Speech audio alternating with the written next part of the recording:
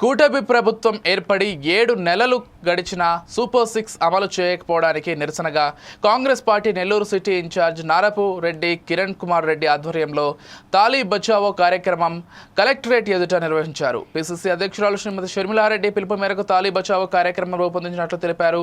కూటమి ప్రభుత్వం ఎన్నికల మేనిఫెస్టోలో సూపర్ 6 అమలు చేస్తామని మాయమాటలతో మోసపూరిత వాగ్దానాలతో ప్రజలను వంచించి ఓట్లు దండుకున్నారని కిరణ్ కుమార్ రెడ్డి ఆరోపించారు.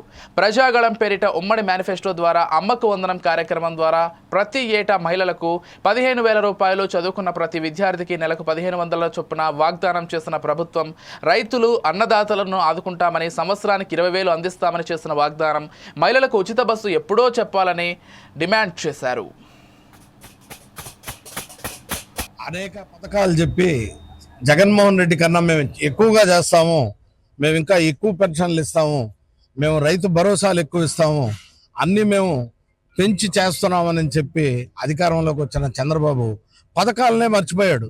పెంచడం అటుంచి ఇచ్చే పథకాలను కూడా ఇవ్వకుండా ఆర్థిక వనరులు ఏర్పాటు చేసుకునేదానికి ఇంకెన్ని సంవత్సరాలకు మీరు ఏర్పాటు చేసుకుంటారు, మళ్ళీ మేము గొప్ప మేమే చేస్తున్నాం అని చెప్పావు. అబద్ధాలు చెప్పి నువ్వు అధికారంలోకి వచ్చి ప్రజల్ని మోసం చేయడం మంచిది కాదు అని చెప్పి కోరుకోవడం.